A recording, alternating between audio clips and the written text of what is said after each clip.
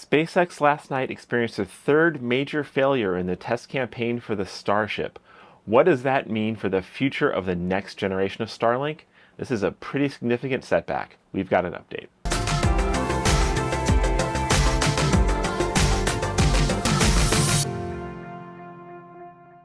Hi, I'm Chris with the Mobile Internet Resource Center, here to give you an update on SpaceX's Starship and what does that mean for the next generation of Starlink.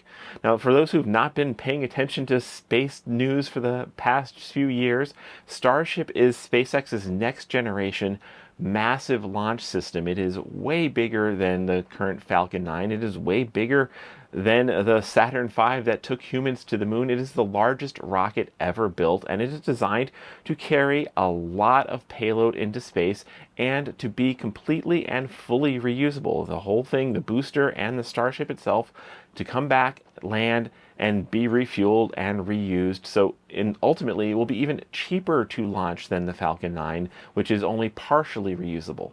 So Starship is a major development, and Starlink from the beginning was designed around the economics and the size and the scale of Starship. And the next generation, the new generation of Starlink satellites, is too big for the Falcon rockets to launch. It will require Starship to get into orbit. This has been the plan all along.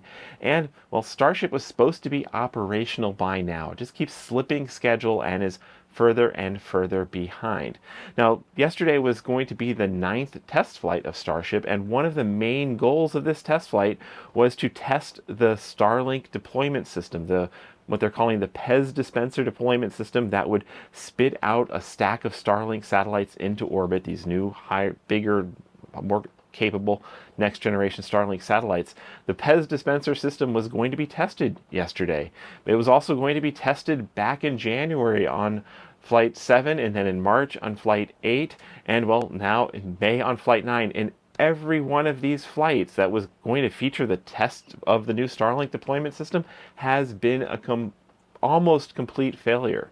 Flight 7 back in January, the Starship blew up slightly before it reached its orbital velocity. Flight 8 had an exact repeat of that, different failure cause, but basically the same result. It blew up right as it was getting into orbit.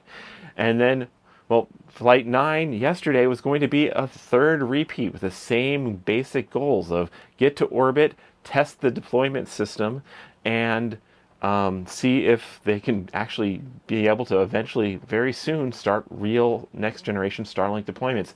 And, well, Flight 9 made some progress over the other two. It actually made it into its full orbital velocity. It got into its coast phase in orbit. But when they gave the order to literally open the pod bay doors, well, the doors on the hatch that would be deploying the Starlink satellites jammed, and they were not able to complete that test. We did get some really nice views of the Starlink satellites, or the Starlink dummy satellites. They're not ready to send real ones. These were identical size and weight satellites in a stack that were going to be just testing the deployment system. You have to see them sitting there inside Starship in orbit, but the hatch was jammed. HAL did not want to open the pod bay doors. And then, well, the other very important test that they were going to be doing on this flight that would be important for Starlink deployments is they were going to be testing relighting the engines in orbit to make sure that they can safely enter and then leave orbit again. This was a suborbital launch. It was designed from the beginning that no matter what, it was going to come crashing down into the Indian Ocean, either controlled or uncontrolled. But they were going to do a test flight, test relight of the engines, and that is important because they need to be able to relight the engines to get certification to do actual orbital missions.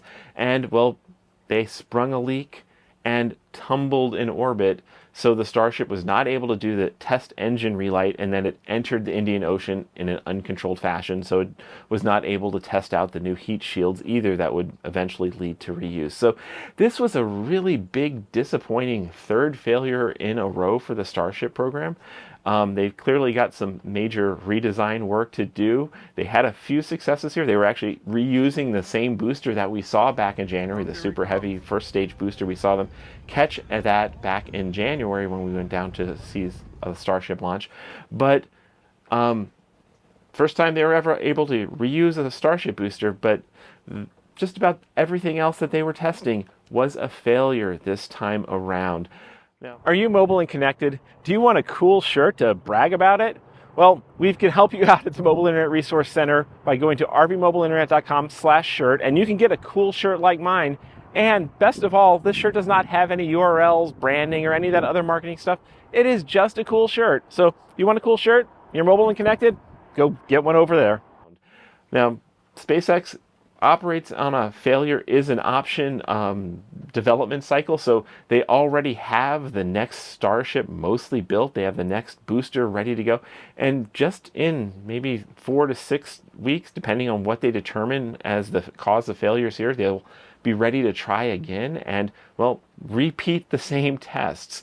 But hopefully at some point they'll be able to get past these hurdles, test the Starlink deployment systems, and get certified for actual orbital missions so they can start deploying the next generation of Starlink satellites. But this is definitely yet another setback on that. It's pushing it back further and further into the future.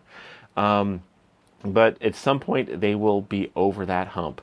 Now, if you want to go deeper into why this next generation of Starlink is such a big jump over the current Starlink and what this means, we did just recently put out an article looking at the state of the space race and all the different players that are working on next generation satellite constellations, including SpaceX's next generation of Starlink, which is, they're trying to get ready to go now.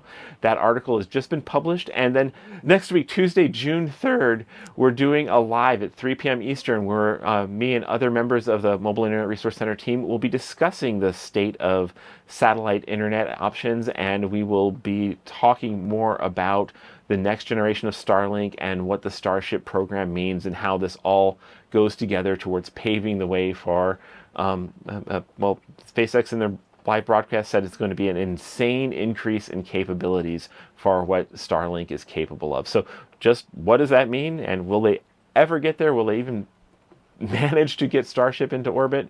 Well, we'll have all the latest. We'll be talking about it next week, so come join us live. And, well, if you didn't watch the live stream of last night's launch, it was pretty spectacular, despite it ultimately ending in mostly failure. So go back to SpaceX's site and you could watch the live stream as well. That's the latest on Starlink and SpaceX. Take care. These videos are brought to you by our premium members, our mobile internet aficionados. They make it possible for us to track this news and create these videos. If you like this video, please give it a thumbs up, leave a comment, subscribe to our channel, or better yet, consider becoming a member yourself.